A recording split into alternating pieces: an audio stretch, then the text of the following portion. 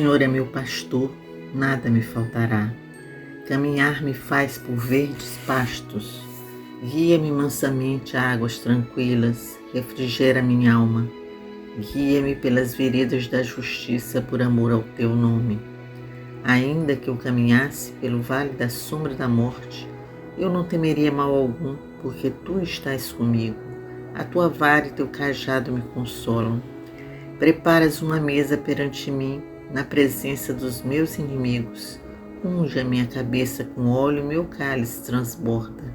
Certamente que a bondade e a misericórdia me seguirão todos os dias de minha vida, e eu habitarei a casa do Senhor por longos dias.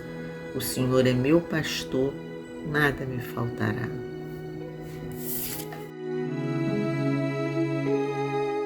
Oração de São Jorge.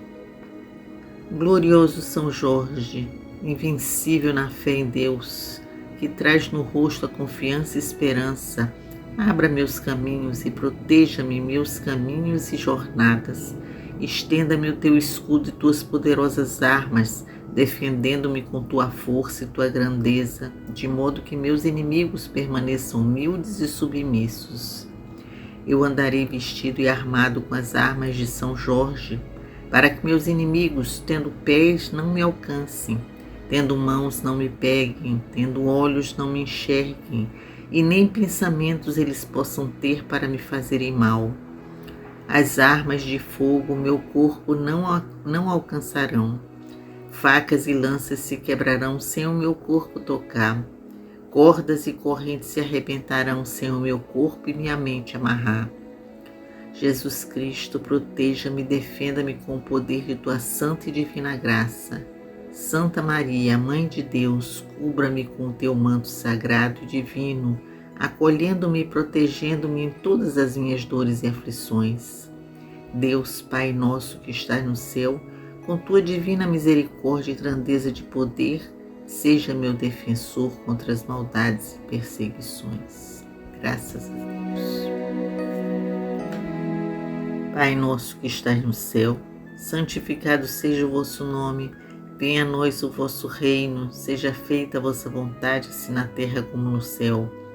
O pão nosso de cada dia nos dai hoje, perdoai as nossas ofensas, assim como nós perdoamos a quem nos tem ofendido. Não nos deixeis cair em tentação, mas livrai-nos do mal. Ave Maria, cheia de graça, o Senhor é convosco. Bendita sois vós entre as mulheres, bendito é o fruto do vosso ventre, Jesus. Santa Maria, Mãe de Jesus, rogai a Deus por nós, pecadores, agora e na hora da nossa morte. Que assim seja. Pai amado, Jesus de poder e bondade, neste momento, elevando o pensamento a vós, saudamos toda essa força de luz que emana do vosso coração. Saudamos a corrente franciscana, seu Tupinambá especialmente. Saudamos os orixás da nossa casa, especialmente a Xangô que comanda a nossa casa, e neste mês a Ogum, São Jorge, guerreiro de força e de amor. Saudamos a toda essa corrente de luz e a todos os mestres e guias que nos acompanham. Pai amado, nós os saudamos, saudando também Maria, nossa mãe querida, nosso atalho para Jesus.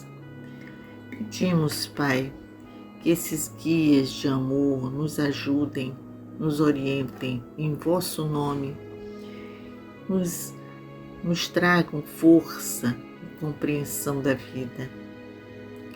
Pedimos pela nossa casa franciscana muita iluminação e proteção agora que estamos repensando o reinício dos nossos trabalhos, que nós possamos estar abençoados e protegidos por vós. Pedimos a proteção e a bênção de São Miguel Arcanjo, São Francisco de Assis, da Fraternidade Branca Universal de Melquisedeque. Rogamos pela paz no mundo, pela paz entre povos e nações, entre governantes e governados, paz em todo esse planeta tão necessitado dessas irradiações de amor, para alcançar a paz, para superar tantas divergências. Pedimos, Pai, pela paz nos nossos lares, pela paz no nosso país, no nosso Rio de Janeiro, pela paz principalmente em nossos corações. Rogamos por todo esse planeta, por todos os que vivem nas ruas, passando necessidade, fome, desempregados, abandonados. Nós os pedimos, Pai, tenha piedade de todos. Leve a cada um a sua força, energia de amor, para que possam superar, para que tenham força para superar todas essas dificuldades tão grandes que vivem.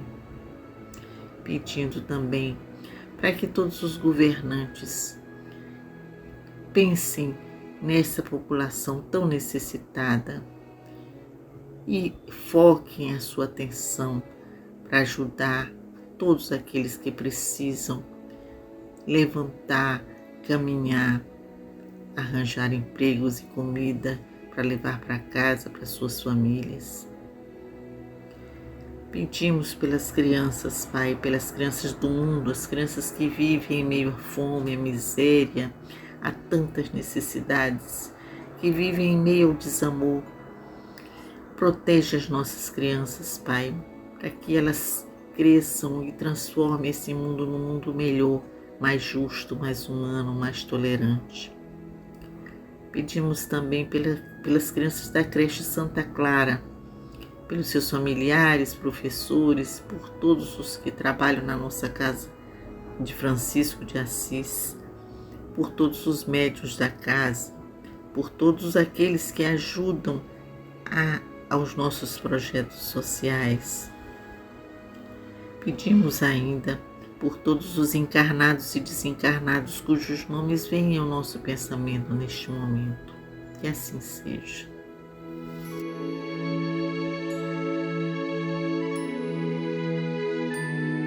Da sabedoria do Evangelho de Torres Pastorino, predição da morte, setembro de ano 30. Mateus capítulo 17, versículos 22 a 23. Enquanto eles atravessavam a Galileia, disse-lhe Jesus: o Filho do Homem está para ser entregue às mãos dos homens, e eles o matarão, e ao terceiro dia ele despertará. E eles entristeceram-se grandemente. Quando Jesus se retira do Tabor após a cura do obsidiado, atravessa a Galileia, procurando manter-se incógnito durante a viagem, a fim de completar ensinamentos a seus discípulos. Aproximava-se a hora da experiência máxima, o momento supremo de pôr em prática os maiores ensinamentos que ministrara a respeito da personalidade. Queria que ficasse bem impresso em suas mentes que aos discípulos não bastava aprender, mas era imprescindível experimentar pessoalmente. Isso era dito em tom de ensinamento. E entre as lições é acrescentado que o Filho do Homem será entregue nas mãos dos homens. O fato de ser entregue nas mãos dos homens era considerado o maior suplício imaginável, e já Davi preferira a peste. Caiamos nas mãos de Yahvé, pois suas misericórdias são grandes, mas que eu não caia nas mãos dos homens. E também o eclesiástico repete: cairemos nas mãos do Senhor, não nas mãos dos homens, isto porque os homens não sabem perdoar. Os discípulos ouvem a recomendação do Mestre de guardar estes ensinamentos, mas não alcançam a profundidade dos mesmos. Só sabem, por enquanto, observar o lado externo. Se ele é o Messias, como poderá ser sacrificado? Não há dúvida que logo se acrescenta que será despertado ou se levantará ao terceiro dia. mas de qualquer forma fica a impressão de que eles não querem entender a coisa totalmente. Comentário esotérico de Torres Pastorino. Novamente insiste a individualidade de Jesus, ensinando a personagem o que ela tem que fazer para poder sublimar-se, sublimando o espírito que a construiu. Mas a personagem faz-se de desentendida. Entrevê a coisa, mas não a percebe plenamente, e tem medo de penetrar mais a fundo, receia compreender totalmente o assunto, assumindo com essa compreensão a responsabilidade de agir, obrigando-se a obedecer à voz interna que a quer chamar à realidade. De outro lado, jamais o espírito revela com clareza meridiana o que está para ocorrer. As indicações são veladas para que a personagem não se assuste demasiadamente fugindo à iniciação dolorosa. O Filho do Homem não será entregue nas mãos dos homens, que o matarão, mas ele se levantará ao terceiro dia.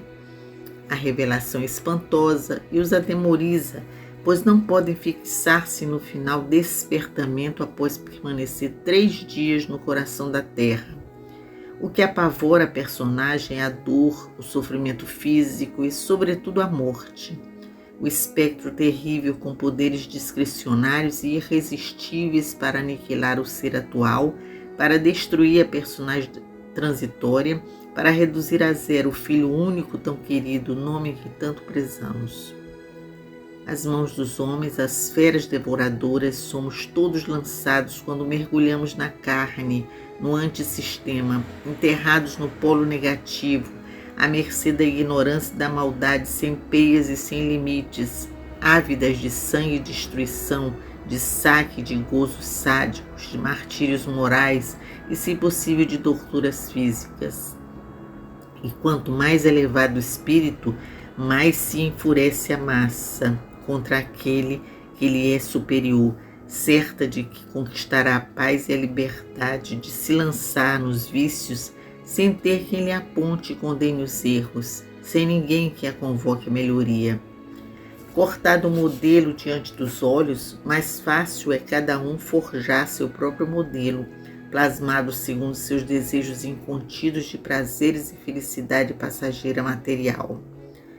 Até agora tem caminhado assim a humanidade, sacrificando todos os que a querem levar e melhorar e endeusando todos os que a elogiam, enaltecem os caprichos e favorecem os espasmos. Grandes são os que excitam suas emoções, nos jogos violentos, nas lutas físicas, na música sensual, nas cenas brutais. São os mais ricos e festejados os que impõem seu preço às multidões. Reino supremo do antissistema em toda a sua pujança, em cujas mãos são entregues os filhos dos homens, que serão perseguidos e assassinados, ainda que imoralmente, mas que ao terceiro dia despertarão do tumulto atordoante para reconquistar a paz interna, carregando a palma de um passo a mais na árdua e longa estrada da evolução sem fim. Observemos agora esta predição sobre outro ângulo, o dos mistérios iniciáticos.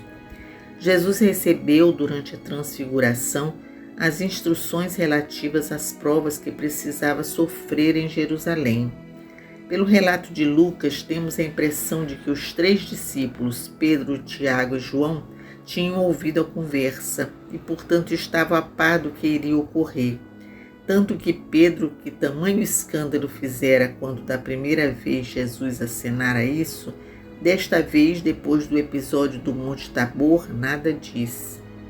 No entanto, havia necessidade de prevenir aos outros 9 discípulos e às pessoas que o acompanhavam, que Jesus teria que submeter-se a sofrimentos atrozes. Aproveitando, pois, a conversa informal que surgira na pequena viagem a pé através da Galileia, o mestre notifica-lhes a ocorrência violenta que está por vir, a fim de que, quando acontecesse, não os apanhasse desprevenidos. O aviso é dado por completo, o abandono às mãos dos algozes, a morte por assassinato e também o resto, que ele novamente se levantaria vivo. Tratava-se, portanto, de uma morte parente, ou seja, apenas morreria o veículo físico denso, já que, na realidade, ele permaneceria vivo, tanto que ao terceiro dia tornaria a erguer-se.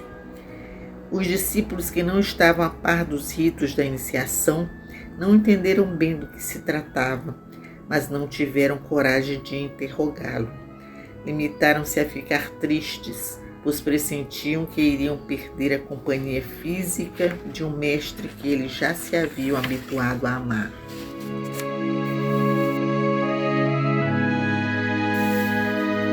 Esse evangelho nos mostra o episódio em que Jesus fala aos seus discípulos de tudo que ele iria passar, da prisão, do Calvário, depois da ressurreição.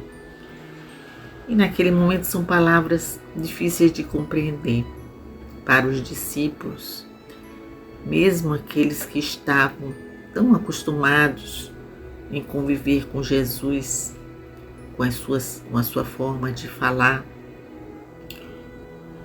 mas nos faz também pensar um pouco, refletir sobre essas palavras, refletir sobre a nossa própria vida, sobre essa frase, ser jogado na mão dos homens.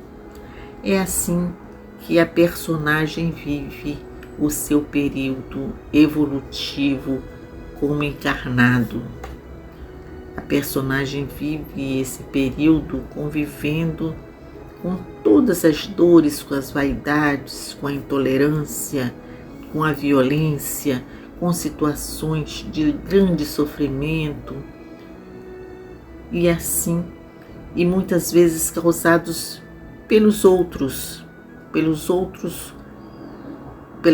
personagens, pelos homens.